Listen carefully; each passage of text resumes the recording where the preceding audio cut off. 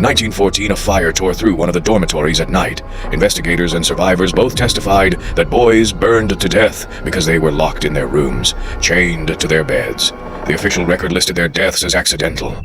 For generations, families who asked what happened to their sons were told pneumonia, were told accidents, were handed nothing, were given no grave to visit because the graves had been hidden. When forensic anthropologist Dr. Erin Kimmerly finally got access to the property and began excavating in 2012, she found a cemetery the state had never officially disclosed. They called it Boot Hill. She expected to find a handful of remains consistent with the official death records. She found 55 bodies in unmarked graves, nearly double what the state had ever admitted. And when those remains were examined, some of the boys had not died from illness or accident. They had blunt force trauma to the skull. They had gunshot wounds. They were murdered and buried, and the file said pneumonia.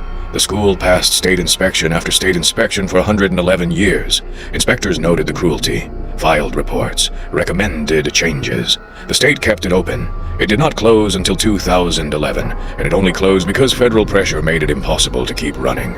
Here is what I want you to sit with: 55 bodies, children, in a hidden cemetery on the grounds of a state-funded school that was still operating within living memory, that some of you watching this were alive for, that closed 13 years ago. Now here is the question I genuinely cannot answer, and I want to know what you think.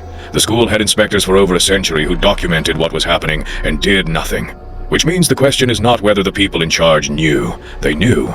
The question is what it takes for a system to look directly at children being murdered and decide that is an acceptable cost. And whether anything has actually changed, or whether we have just gotten better at not building the cemeteries somewhere people can find them. Tell me what you think in the comments. And if you want to know what happened when the families finally got the DNA results back, and which boys were identified, and which ones still haven't been, that story is coming next.